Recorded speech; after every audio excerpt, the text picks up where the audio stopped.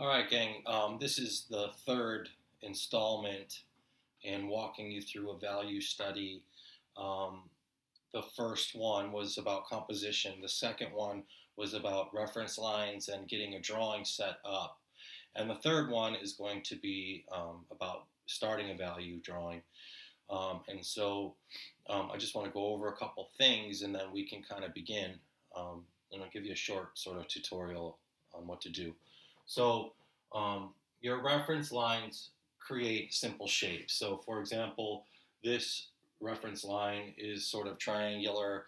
You could consider these to be rectangular, kind of spherical, and some other shapes, but for the most part, they're very simple shapes. Okay, and the next thing that we want to do is we want to work towards losing the line, and we're going to do that by creating a difference in value.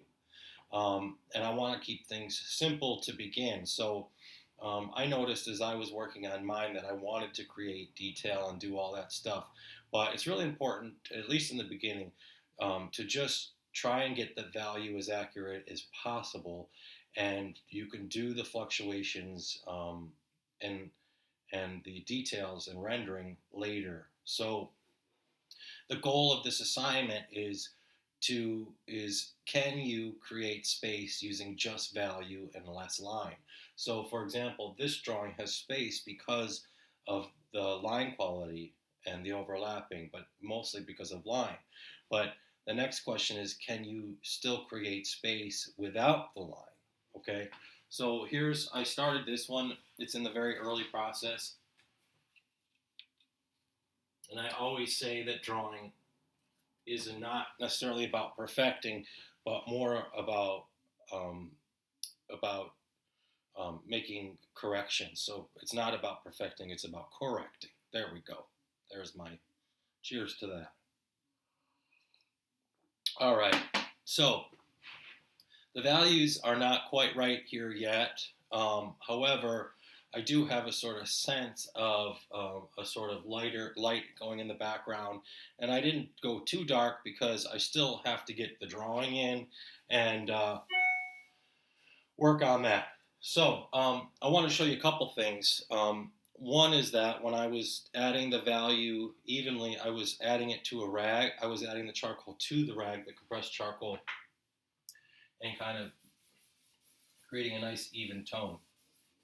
And so what you'll notice is um, I'm trying not to let things fluctuate too much yet, but but the light is starting to be controlled, and so I've reserved the lightest areas being this, the plate, the doily, and part of maybe a little bit of this. I'm not sure yet, but so far I have very specific light, and then I have very specific midtones, and I'll work towards making them even more specific, and then I'll follow right along with the darks. Now, the vine charcoal is really nice because I didn't add this table in yet. I need to do that. Um, but what's nice is that the compressed or the vine charcoal actually lets you work on top of your value. And let's say you can you see that? Probably not. Let me see. Yeah. Okay, let's say I screw up on that. All you got to do is just take it right off and fix it, okay? So you can always implement the drawing later, certain parts of the drawing later, like the more detailed parts.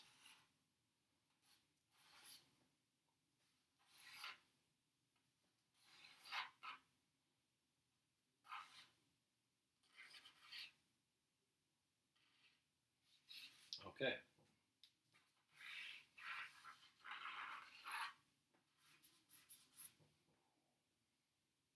It's not great, but not bad.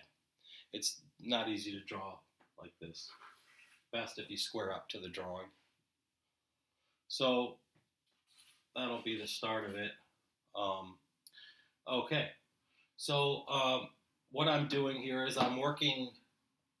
I lost the line, and I'm working on the values, and I'm bringing back the drawing, and I can go back to working shape and value. Okay, so I'm just going to work for a little while. I didn't plan on really working in a specific area, but let me just work for a little while, and eventually I want to kind of end. Let's see, this is 5 minutes. I'll work for 4 minutes and just kind of give you a sense of how I'm doing this. Okay, so I'm going to kind of put this table in here.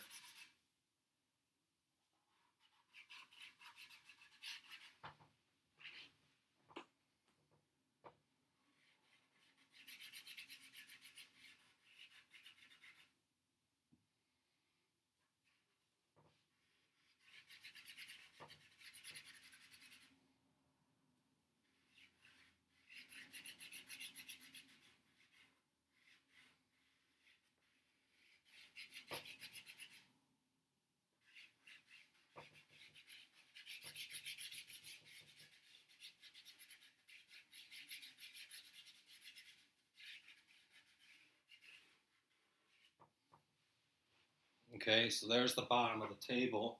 I mean, I could fix the drawing later. I could fix the light. I can do all kinds of stuff with it.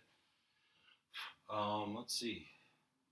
So that's an example of layering a dark on top of a sort of lighter midtone. Okay, now I could also kind of darken certain areas up and lighten certain areas. I want to show you that opportunity here. I have my cotton cloth and I have my chamois. Okay, so let's see. I can darken certain areas like the wall. I'm working on the wall now. Kind of push that back. I can lighten certain areas, like in here there's a little bit of light, and I can do that with the chamois a little bit. Oops.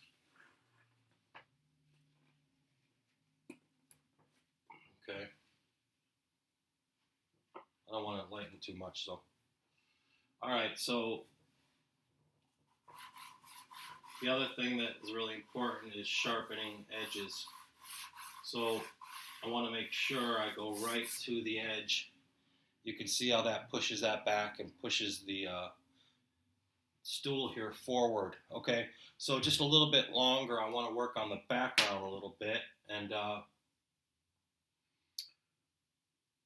I've got the range of values pretty dialed in pretty much, but I don't have the sort of kind of detail and line and I don't have the detail yet. That's what I'm trying to say. So I've got the blending stump, which you have to be careful with because you don't want to make it too dark, but you can sort of begin to put in some of the detail and sharpening the sort of edges here. Here's the other side of that sidewalk.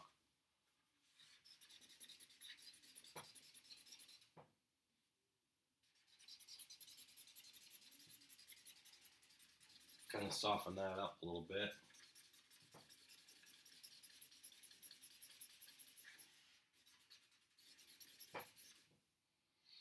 One other thing I really want to go over with you guys is the range of values, okay? So this whole section has a range of values that is different than the range of values of anywhere in the drawing, but in particular this table. So if you squint your eyes at this picture or at what you're looking at, you'll see that there's areas that have different ranges of values. So nothing outside, believe it or not, is going to be as light as this doily and this white underliner on the pot. All same goes as here. So you have to control the light by controlling the range of values each object, each area rather has, okay? So let's see, I can keep going. And notice there's blinds in this drawing, but I haven't put that in yet. So I'm still working on the outside. I want to do the outside part, and then I'll work on the blinds. So here's a little bit darker. I'm rubbing on the cloth. This goes like that.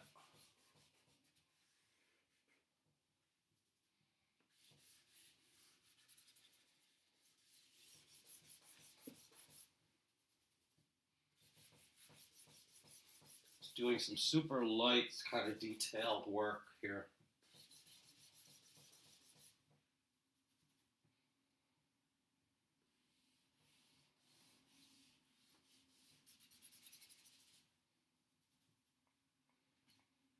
Okay.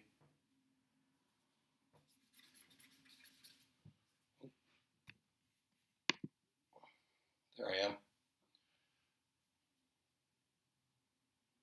All right, pretty good. Um, so, what's next? I did the outside. I worked on the table. You can see it's starting to get there spatially. Um, yeah. All right. So what I'm going to do is actually keep working on this, but I think I've showed you a pretty uh, linear way of working and making a value study. Um, if you can get a drawing that is working spatially through the values, that's a good start. I'm not necessarily asking for a complete finished rendered product yet, at least for this week and next week. If you can do some value studies where there's a full range of values and you're not using line to separate space, I'd be a happy camper. All right. Good luck to y'all and keep working hard. I know you are. I know you're working hard. Let me know if you have any questions or anything. All right. Have a great one.